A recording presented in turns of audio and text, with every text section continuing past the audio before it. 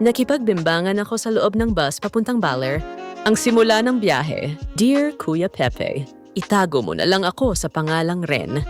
Matangkad akong babae, 5 talampakan at 8 pulgada. Kaya kahit marami ang lumalapit, madalas nai-insecure sila sa height ko.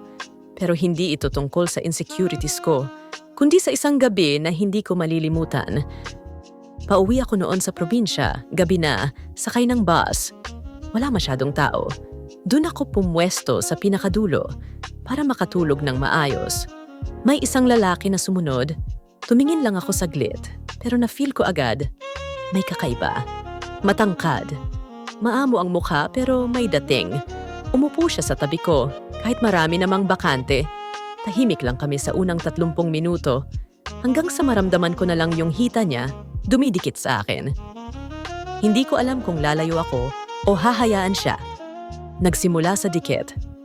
Hindi ako umatras. Siguro dala ng antok o libog. O baka gusto ko rin. Unti-unti siyang lumapit. Hanggang sa maramdaman ko na lang, hawak na niya ang kamay ko. Pinisil niya. Walang salita. Hanggang sa hinila niya ang kumot na dala ko. Sabay bulong.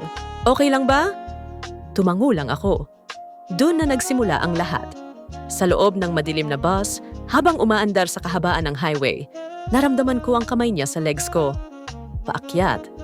Nang ipasok niya ang daliri niya sa loob ng shorts ko, muntik na akong mapaungol. Pero hindi pa doon nagtapos.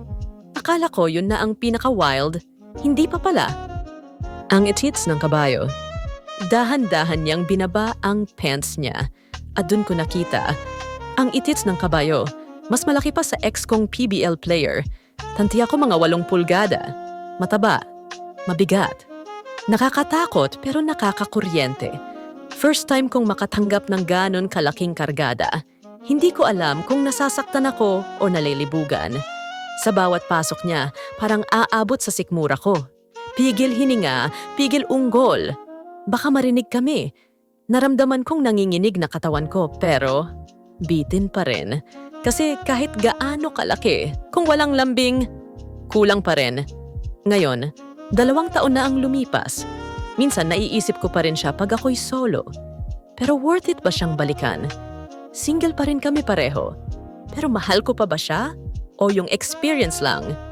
Babalikan ko ba siya? O sapat na ang isang biyahe naming dalawa?